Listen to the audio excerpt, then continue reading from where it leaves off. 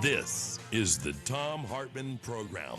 Welcome back. Thom Hartmann here with you, and in the studio with me is Charles Sauer. Charles is an economist and a libertarian and president of the Market Institute, marketinstitute.org. You can tweet him at Market Institute or at Charles Sauer, S-A-U-E-R.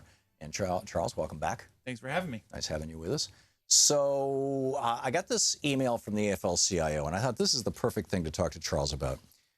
They point out that, well, they just come right out and say, it's hard to believe, but 150 workers in the United States are killed by job injuries and illnesses every day. 150 people in the United States die on the job every day because of the job. What's even harder to stomach is it doesn't have to be this way, they say. Despite this alarming reality, Trump administration, powerful business lobbies, and Republicans in Congress and state legislatures are making it easier for corporations to get away with putting people's lives at risk. In 2015, 4,836 workers were killed on the job in the United States. 60,000 died from occupational diseases. My dad was one of them. He died from mesothelioma, from exposure to asbestos in the workplace. Yep. Nearly 3.7 million work-related injuries and illnesses were reported. Underreporting is widespread. The true number is probably 11 million. The worst states are all red states. Surprise, surprise. And the median penalty for killing a worker that OSHA has meted out is $6,500. Kill an employee, $6,500. The median penalty for killing a worker at the state level is $2,500. And they say that there are only 1,800 inspectors, 815 federal and 1,023 state, to inspect 8 million workplaces, which means that the OSHA has enough inspectors to inspect every workplace in America once every 159 years. And the entire OSHA budget costs every worker in America $3.65.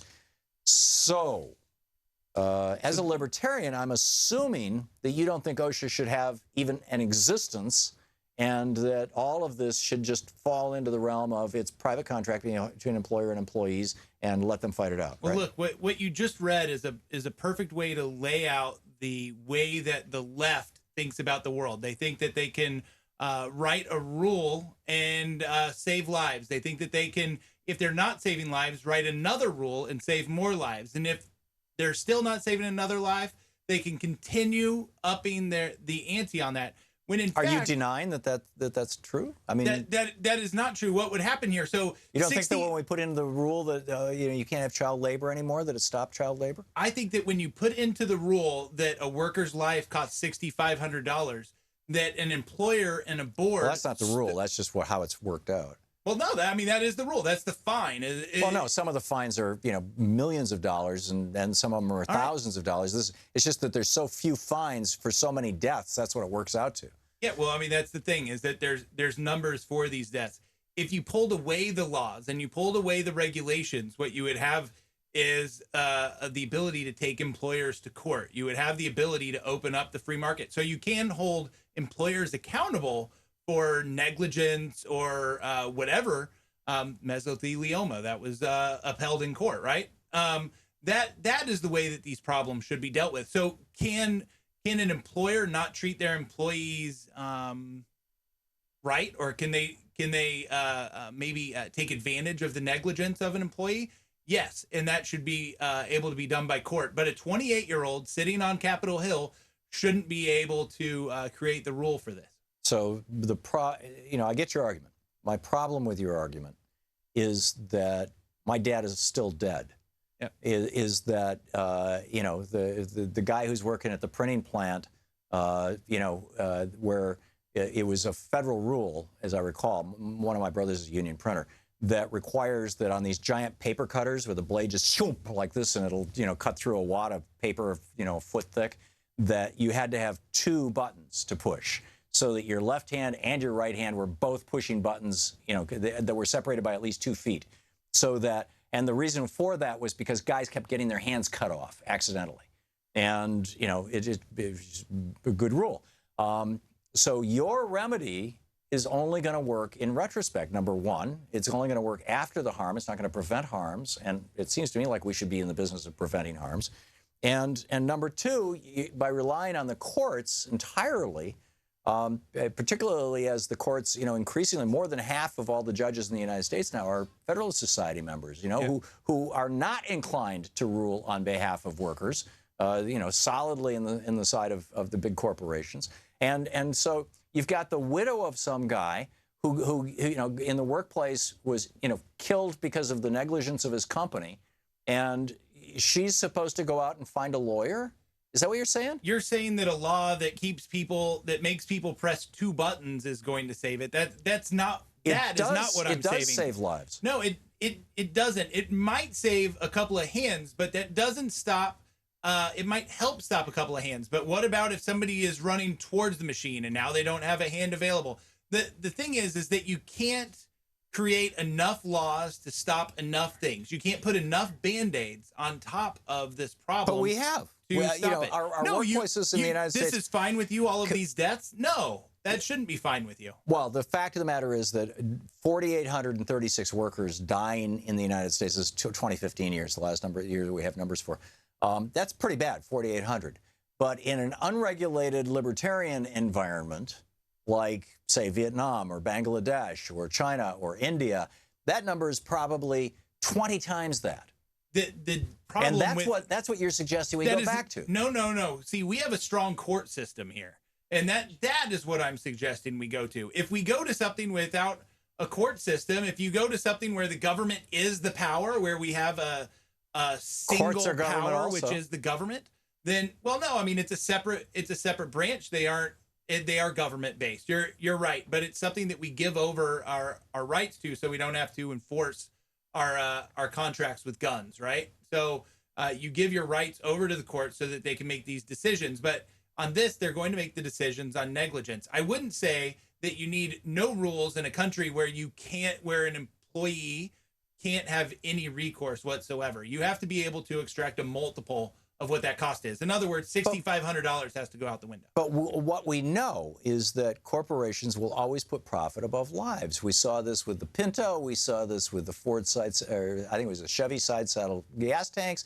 We saw this with seatbelts. We saw this with motorcycle helmets. We've seen this with all kinds of safety stuff. I mean, it's and there's a parallel to this in the workplace. And every other developed country in the world is doing what we've been. In fact, we're the laggards rather than the leaders in this kind of stuff. I mean, other countries have far safer workplaces. If you go into the offices of OSHA, they're not dealing with the rules that are. They're often not dealing with the 2-button rules at this point, because of the way that the unions are incented to go after new rules and create new rules, and the safety industry is incented to pitch new safety ideas. What they're doing in the OSHA offices today are deciding between 2 different colors of yellow. Which one is more safe? They're not making the giant thing. So all I'm saying is we should roll back. I don't know what any of that means. That just sounded like gibberish. When you drive behind a truck on the highway. No, when you drive behind a truck on the highway and you see the different safety signs on the truck. Right. This is radioactive waste. This is radioactive, death chemicals. Right. There's not like 3 different signs. There's like hundreds of variations on that. But those might be important, the different variations on that sign. But also regulated are the colors that sign must be painted in, and the durability of the paint that sign must be painted in. And that is what OSHA and the reason is for that, dealing with on a daily basis. One of the reasons for that is if one of those trucks gets involved in an accident, when the police show up, they can immediately see that sign from 100 yards away and say, oh, look out, that's got radioactive waste, or look out, that's chlorine gas. What's wrong with that? That's why because this is micromanaging of the business. No, shouldn't there be standards all across the country so that when the cops show up, they don't walk right into a chlorine gas cloud and die? To get enough standards to make the left happy, you would need to move everybody into OSHA. This is not the left. This is working people in the United States. And no, you wouldn't have to move everybody into OSHA. We need reasonable standards here. What are the reasonable standards? I mean, I think that we have to a large extent we have them right now. But what you see again, North Dakota is the dangerous state, the deadliest state to work in. 12.5 people per 100,000 die on the job. West Virginia is the least of the top 10. 5 people per 100,000 die on the job. These are tough, but these are dangerous jobs, being an oil rig worker or being a coal miner. But if you look at the history of the coal mines and the oil rigs, what you find is that people used to die like crazy on those things. You just follow 20, 30, 50, 100 years ago. Follow that idea out, Tom, and what you get is you get less of those jobs.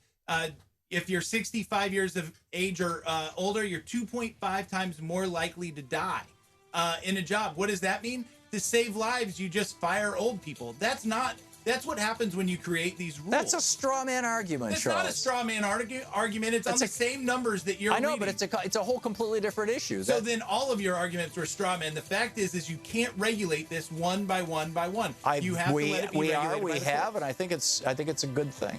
Anyhow, Charles Sauer, hang on just a second. This is the Thom Hartmann Program. Charles is president of the Market Institute, marketinstitute.org. You can tweet him at Market Institute or at Charles Sauer, Sauer. Thank you, Charles. Thank you. We'll be back.